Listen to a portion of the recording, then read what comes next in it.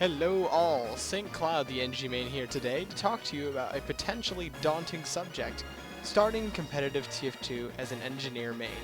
Engineers can make or break some teams due to their roles as offense, defense, and support.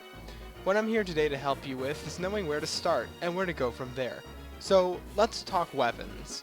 For this video, I like to focus on the engineer's primary. This is what you whip out to deal with offenders to your sentry, going full in engineer and getting the med pick, or just keeping pressure on the enemy. It can mean the difference between life and death, so it's important that you choose wisely. Alright, enough banter, let's get right to it. The stock shotgun, the tried and true single barrel beauty, the boomstick, the blunderbuss, the old Betsy, whatever you call it. This sucker is the reliable, balanced member of the shotgun family. Its specialty is short-range attack and defense. It especially makes quick work of lighter classes, such as engineers like yourself, snipers, spies, scouts, and medics. The bullet spread gives you more flexibility in terms of aiming, making close-range DM fights a little bit more viable. I still don't really recommend taking on scouts all willy-nilly, since their mobility is far greater than yours. But as for dealing with spies, landing really good picks, and getting yourself out of tight spots, this one is a winner. I recommend using it on Koth, payload offense, and 5 CP offense, but if you know how to use it, it can really just work about anywhere. Well, what about the Frontier Justice? 2 guaranteed revenge crits per sentry kill, and 1 per sentry assist? Sounds like you could rack up some intense damage, right? Well, the downside to this weapon is pretty big, and that's the reduced clip size. It makes firefights a lot harder for you, since you'll be reloading quite a bit. But with good aim, this little number can be deadly. Considering that at close range, you do 180 damage with crits, 90 without.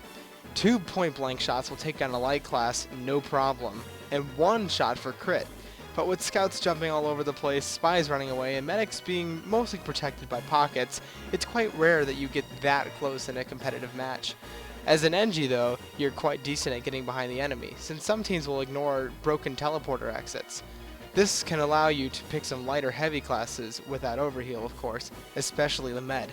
But you can't forget your other roles as an engineer, so really make sure you justify it before going all out in engineer. On a mode like Koth, the engineer is a bit more expendable, so take advantage of that extra firepower and mobility, and go get some picks.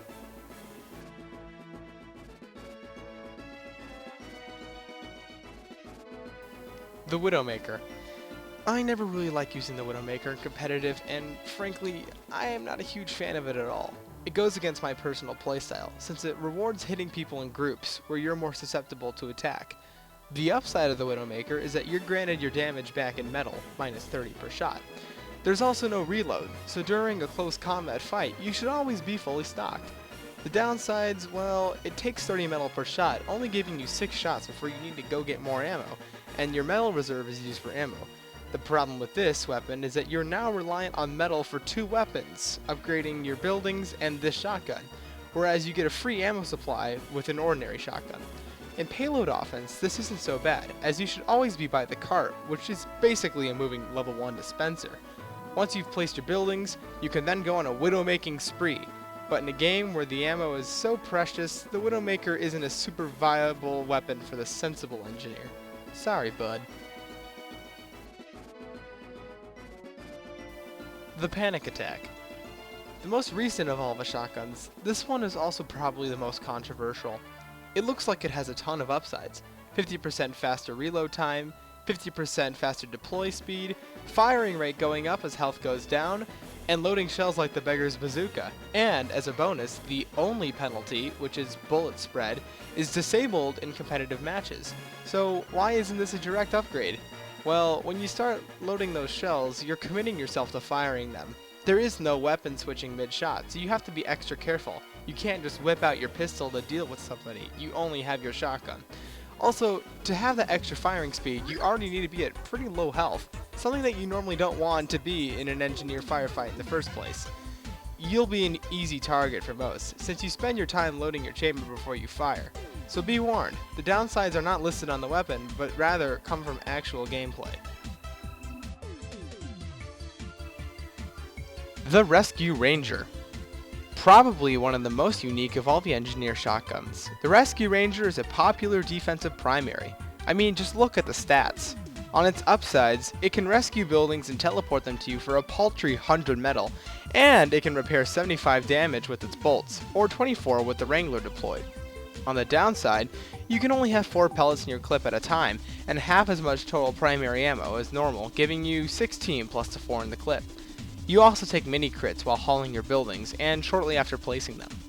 Now, the ability to heal from out of danger gives you an effective way to keep you and your gun up and healthy. You can camp out by your dispenser and stay out of harm's way while you shoot at your gun to heal. You can also conserve metal by using the Ranger to heal your buildings, since that only consumes your primary ammunition as opposed to your metal supply. Metal supply still has to be used for ammo, however.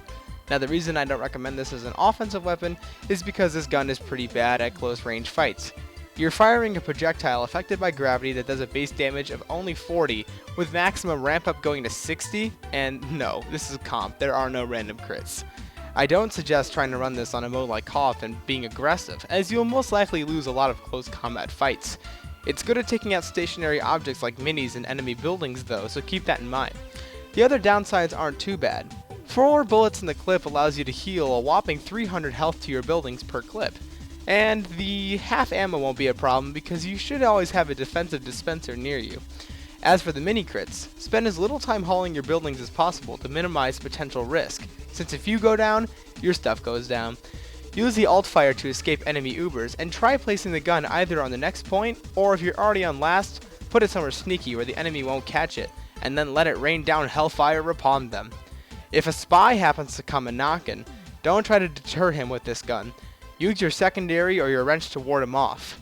Also, make sure that you don't try giving your buildings health until they're deployed, or else you're just wasting bullets from your already minuscule clip. Everybody ready? Yeah. Sentry. Go, go, go, go, left. Go. Right. Now. Sentry. Go, go, go, go, left. Go. Right. Gotta move. Go, go, go, go.